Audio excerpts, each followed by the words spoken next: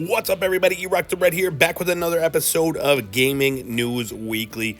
47 weeks in a row of that sweet, sweet video game news. So, as always, let's kick things off with our new releases from last week. Bunch of games came out this week, quite a long list. Some of the highlights, Neo, The World Ends With You. This came out for the PS4 and Nintendo Switch. It's a new story in the World Ends With You saga. In this, you have to win the Reaper's game, whatever the hell that is. But in the process, you're going to collect and wield hundreds of psych abilities to try to win the battles and win the game. Really cool art style. The previous games in this series have always been well received, and I know the fans are super excited for more. So definitely, if this looks good to you, or if you're a fan of the series, here's another one for you. And next up, The Forgotten City. This came out for PlayStation 4, PlayStation 5, Xbox One, Xbox XS, and PC. And what this is, it's a murder mystery game with a twist, and it's based on an award-winning Skyrim mod. So now it's a full game, and what it is, it's you're trapped in a secret underground city in the Roman Empire, and there's 23 people just trying to survive, and you have to figure out how to survive this. You're a time traveler. You go 2,000 years in the past, and you have to abide by the golden rule. And if you don't, everybody dies.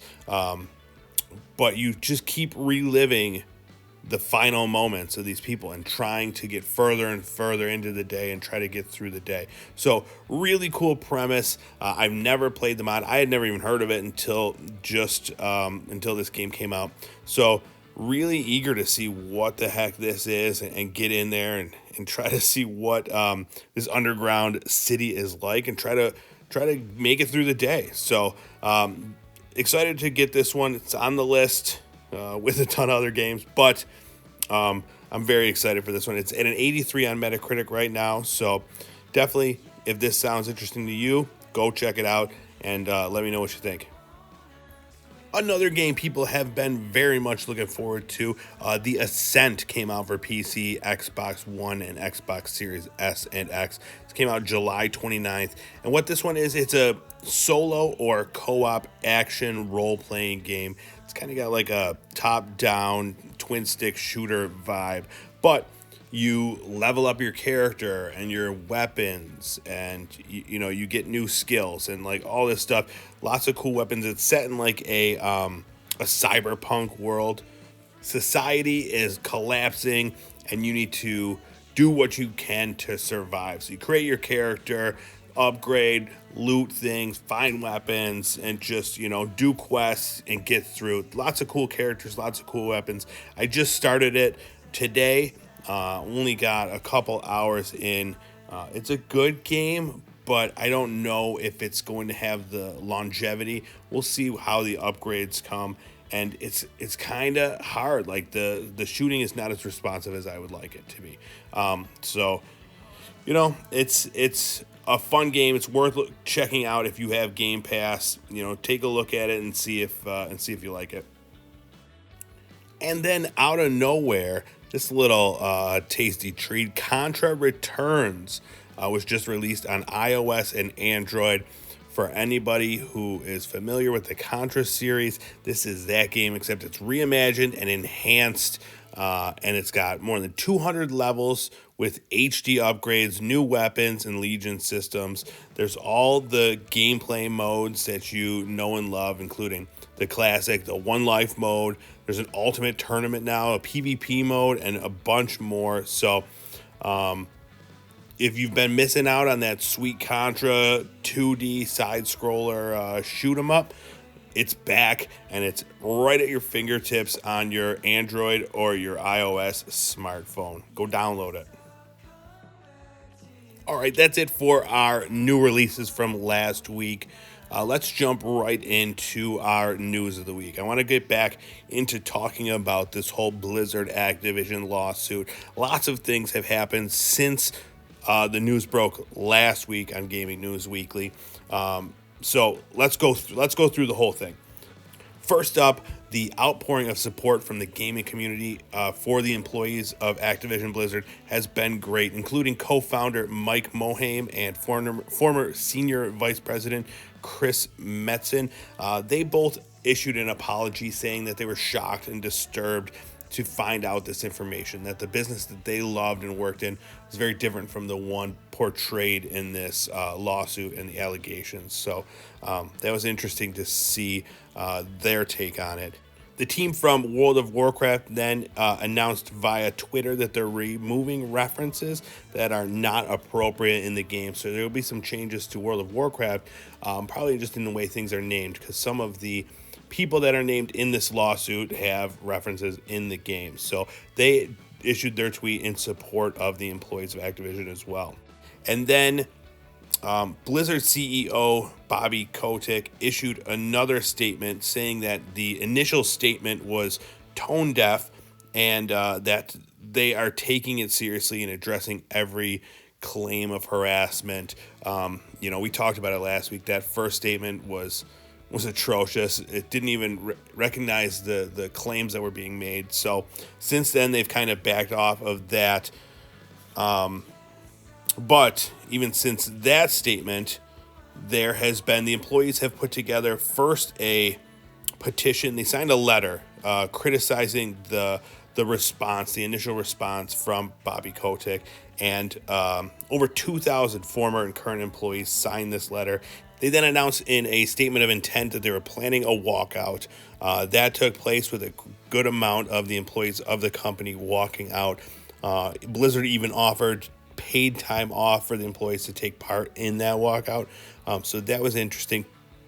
And they announced that the senior creative director, Alex Afrasiabi, who was one of the names mentioned in the allegations, specifically about a bunch of sexual harassment claims dating back to 2013.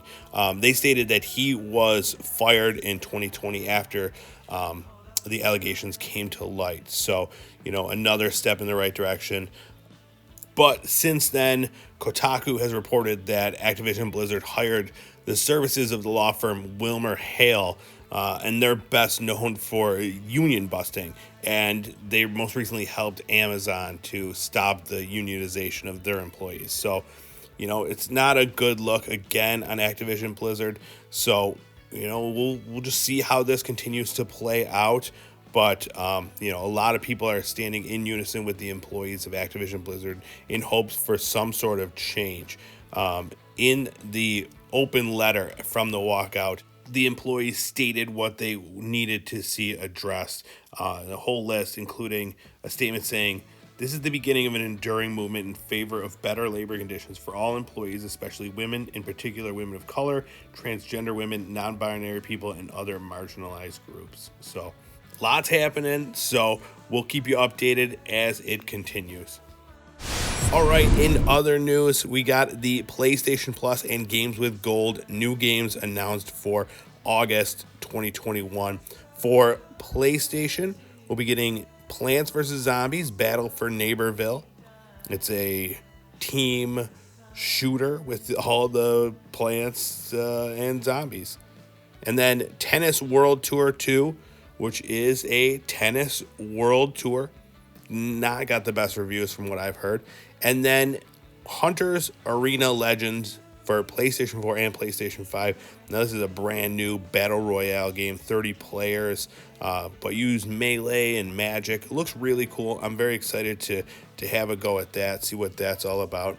And then for the Games with Gold, they announced Darksiders 3, Yooka-Laylee, Lost Planet 3, and Garou, Mark of the Wolves. So go download all those, add those to the library. While you're at it, on PlayStation, get Call of Duty, Black Ops 4, WWE Battlegrounds, and Plague Tale Innocence. Right now, you can get those until August 3rd. And last up, we're finally getting a look at the new Halo game. Halo Infinite is getting a tech preview this weekend. So it goes July 29th to August 2nd. And during that, we'll be getting some major looks at the gameplay. We got a ton of new footage from some multiplayer games. Now, the rollout in the tech preview has been, it's been a little buggy. They've been having some issues getting the stuff online. So that is slowly starting to come together. Now, this is not supposed to be some sort of a beta or anything. This is really just to see how everything functions with a bit of a player base. So, at least we'll get to see some video footage of the game, and it looks beautiful already. So, really excited for this. I've never really been a huge Halo guy, but I mean, this game looks very fluid and really well made. So, interested in seeing more of this, and hopefully at some point down the line, I'll get a chance to play it myself. But yeah, keep an eye out for more. There's going to be a lot more multiplayer footage and a lot more information coming about Halo Infinite. All right, that's it for our show this week. Thanks so much for listening, watching, doing all those things. And, we'll be back with more sweet gaming news next week. Thanks. See you then. Bye.